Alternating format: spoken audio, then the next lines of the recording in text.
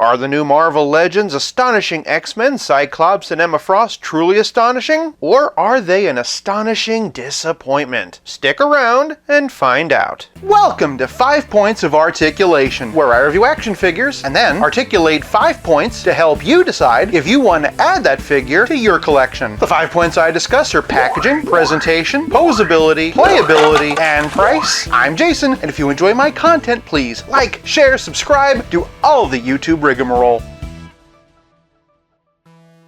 Starting with the packaging, and Scott and Emma come in windowless boxes, and not the fun kind, I might add. These come from the Chod Wave, render of them on the side, and a list of the figures that you'll need to build them. On the other side, we get some character-specific artwork, and some additional renders on the back. Already, I can tell I'm going to be thrilled. I haven't exactly been glowing when it comes to these particular basic boxes, and I'm not going to start now, especially since I know that the window is coming back. Why, it's almost like Hasbro can read our minds. Or the stock market. Either way, for packaging, I'm giving Scott and Emma half a point. Moving on to presentation, and both figures hover at just around 6 1/4 inches. To Hasbro's credit, there's a lot of new sculpting here. In fact, near as I can tell, with the exception of things like the hand, Cyclops is completely new. At first, I thought he shared a lot of parts with Vulcan, but that's not the case. Oh, don't get me wrong, Vulcan was the body that they built Cyclops off of, but they went in and added a bunch of unique detail. Even small touches like fabric stretches that could have been skipped for reuse. Given how easy it would have been to just paint some gold lines on a blue Vulcan body, I am pretty happy. All the gold piping is sculpted in, even in the butterfly joints. They didn't even skimp under the ab crunch, either side. Additionally, he has the seam of a zipper running down with some fabric stretching, nice new belt with a vibrant buckle, and then more piping. Down here, the piping's been used to cleverly hide a boot cut. As for these cuffs though, they are floating pieces. Moving up to the head, and I can see how it might be a bit divisive. Referring back to the box, and they were clearly trying to recreate that little flare coming off the visor, but I expect that most collectors would probably have preferred them to not have that at all, or just at least have it as an option. And at the very least, the flare is translucent. As for Emma, I'll level with you. When I first saw the promotional images for this figure, I hated it. In stores, the windowless box did nothing to win me over either. Again, it's the same pictures I already didn't like. It's another reason why the windows can't come back soon enough. A picture will never take the place of seeing something actually occupy physical space. From the top, and I'll be honest, I still don't love the face, but it is what she looked like in the comic. It's not my personal taste, but Hasbro did a good job. I will say I do really love the hair. There's a lot of wonderful layers that fall very naturally, and the painted detail's just right. I'm pretty sure that the only reuse are the arms and hands. Either way, the torso's obviously new. Zooming in, we get a belt very similar to Cyclops, and the legs are new, as evidenced by all the piping running down the middle. In that regard, the feet are also new as well. Of course, I'd be remiss if I didn't talk about the cape. In terms of its effects on articulation, I'll be talking about that in the next category. Suffice it to say, though, it is pretty limiting. Flipping her around, and here's Emma from the back. You can see the peg at certain angles, but that might be unavoidable. It's another matter of personal preference, but I don't mind this because it does look good. And presentation is all about what a figure looks like. And as for presentation, I'm giving these two figures 1 whole point. Moving on to posability, and let's just say one of these figures is getting 1 point, and one of them is getting half. Can you figure out which one is which? From the top, and Emma's head's in a dumbbell joint. Cyclops is on a ball joint and a disc hinge. Cyclops can look this far up. Emma can't look up at all, you know, because of the hair. Cyclops can look all the way down. Hair. Cyclops can move his head side to side. Emma surprisingly can do that. Cyclops can raise his arm up just under 90 degrees. And Emma, do I even need to say it? Obviously the arms aren't going to be moving side to side, but in combination with the single jointed elbow, you can get that. Like I said in the previous section, I know it's going to be a deal breaker for some of you, much in the same way that Aunt May's skirt was a deal breaker for some of you. But unless Hasbro's going to start giving us Mayfex style wired capes, I don't know what else they could have really done with the character based on this design. Oh, I'm still going to dock her points, but it looks nice. As for Cyclops, he has a butterfly joint, bicep swivel, and pinless double jointed elbows. Both figures have swivel hinge rests. Moving to the middle, and Emma has a diaphragm joint that does allow for a little forward and back, but mostly just tilt and twist. Cyclops, on the other hand, has an ab crunch and a waist swivel. You can arch back this far, hunch forward this far, which is very nice, and twist. Below the X belts, and both figures have ball jointed hips. Emma can kick surprisingly high and spread a fair amount. Cyclops is also no slouch, and the kick department and has a surprisingly good split. Both figures have thigh cut, but note that it does break up the piping. They also both have pinless double jointed knees, really great bend on Cyc. As I mentioned before, he also has boot cut rotation, but both figures have ankles that can hinge and pivot. I know I technically already gave it away, but for posability I'm giving Cyclops 1 whole point, and Emma gets half. Moving on to playability, and I'm not gonna lie, Cyclops really frustrates me. In terms of accessories, the only thing he comes with are these alternate hands. I will say I do like the inclusion of a relaxed hand. The finger gun hand is pretty common for Cyclops. It's great for controlling that visor. You know, if only he had an optic blast. With no Build-A-Figure piece, why could they not have at least included something like this? Similar to Iron Man's repulsor blast and Spider-Man's hands, I feel like this needs to be standard with every Cyclops. I get that this specific head wouldn't have worked because of the lack of discs on the side, but what if I told you they didn't even need to include an extra head? That's right, this visor with the lens flare is easily removable. No glue or nothing, it just pops right in and out. How hard would it have been to carve a notch for the optic blast? Seriously, just look how close it is to working. What a missed opportunity. As for Emma, she comes with a pair of alternate hands that we've seen a bajillion times, but to her credit, she does at least come with the right leg of Chod. Now I know that some of you have already commented that it's supposed to be pronounced Chod, and to be honest, you might be right, but let me ask you a question. Do the other members of the Justice League call Martian Manhunter Johns? No, they call him John Jones. I'm not saying Chod is wrong, I'm just saying that Chod is easier to say, and I do think could be grammatically correct. But playability is more than just debating the pronunciation of silly sci-fi character names. It's also about how well your figures play with others. For my preferred Emma Frost, and here's the Hellfire Club box set version towering over the other two. If you're curious about a head swap, and I know you are, here you go. The skin tones match surprisingly better than I thought they would, albeit this look isn't entirely accurate. If you're curious about the other way around, here you go. If you're gonna do it, best to leave the cape off. And hey, if you do, you actually get some up and down. But for a small selection of Slim Summers from the rest of my collection, and here we have the Dark Phoenix box set version. Here's the X Factor retro card style version, the 90s version that came in a Love Triangle 3-pack, and probably my least favorite Cyclops design, Age of Apocalypse. For some other X-Men, and here's the 90s Xavier sitting in the chair from the movie style 2-pack. Although not the Astonishing version, here we have a modern take on Storm. It's worth noting that this is actually a bootleg. Here we have the Rogue that came in the Pyro 2-pack, and Wolverine from House of X. Hopefully we get an updated Astonishing Wolverine sometime soon. And then here we have Cyclops' brother Vulcan. For the one mutant who always seems to come between Emma and Scott, here we have Jean Grey, seeing her in her Black Queen getup, and it's no wonder why. Next up, and here's Jean as the Dark Phoenix, and of course her 90s costume from the Love Triangle 3-pack. Of course, what's good for the gander is good for the goose, so for a couple of Emma's other paramours, and here's Iron Man and Namor. Between Emma and Sue Storm, he really has a thing for blondes. Of course, we can't talk about the White Queen without bringing up the Black King, Sebastian Shaw from the Hellfire Club. For some other villains, and here's Mr. Sinister, who's perennially obsessed with the Summers family, harkening to Emma's days with the Brotherhood of Evil Mutants as Magneto and his cape that doesn't want to share the same space as hers. Here we have Mystique. This brings us to some bigger characters like the Blob, Sabretooth, Apocalypse, and the Juggernaut. For a relative scale comparison, and here they are with Pizza Spidey and the Spectacular Spider-Man, and as always, here they are with Stealth Iron Man. With no character-specific accessories except for a couple of hands, there's not much you can do with them, which is particularly frustrating when you realize what could have been. For playability, I'm giving Cyclops and Emma half a point. This leaves us with nothing left to discuss but the price. Both figures cost $24.99, and I have to say that gives me some very mixed emotions. On the one hand, both figures are new sculpts and look great, so it's not like when they charged us $25 for Outback Rogue who had nothing but a new head. On the other hand, Ultimate Cap was a new sculpt who had 2 heads, multiple hands, a shield, and a Build-A-Piece. He also came out only a couple of months ago, so it's not like that much has changed since then. Unless, of course, you want to refer back to the stock market. Between this, the Guardians of the Galaxy, and the Spider-Verse waves, it feels like Hasbro is tightening its belt while asking us to pick up the slack. For price, I'm giving Cyclops half a point. Emma at least has a Build-A-Figure piece, so I'm going to be generous and give her 1 whole point for a not-so-astonishing total of 3.5 out of 5. These figures are very well sculpted and will look great on your shelf, but for $25 I really want to see Hasbro put more value back in the box. And a window.